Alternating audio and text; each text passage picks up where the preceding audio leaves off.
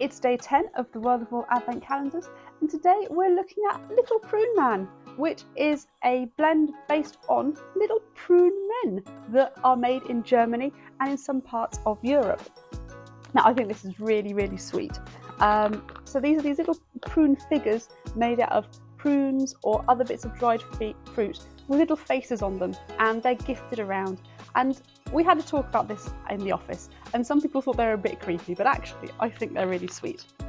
And this blend is definitely not creepy. This is a blend of Corriedale, bamboo and red eri silk. No prizes for guessing where the red eri is.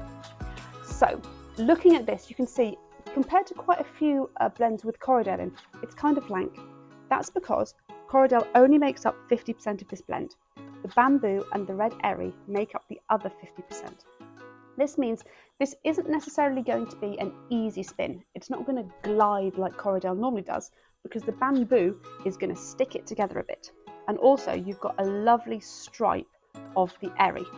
So what I'd probably do when spinning this is fan it out and make sure that eri is spread across the entire blend.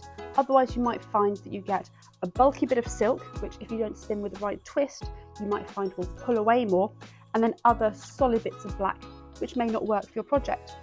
Alternatively, totally ignore that, because that might work for your project. You can felt this. It will take a little bit longer to felt because the silk and the bamboo aren't really keen on doing that.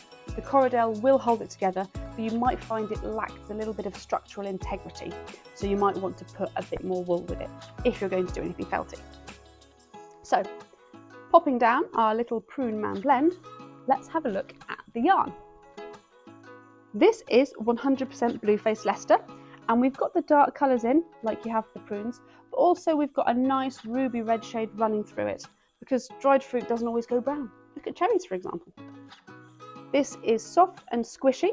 It doesn't have any of the sort of shiny smoothness that you've got in the blend. That's because it is 100% British wool. Again, with all of our marls, they look lovely on their own. And if you have a look, you can see the colours coming through there. You can weave with this, you can knit, you can crochet, and you can use it alongside any of the other yarns in the Advent calendar.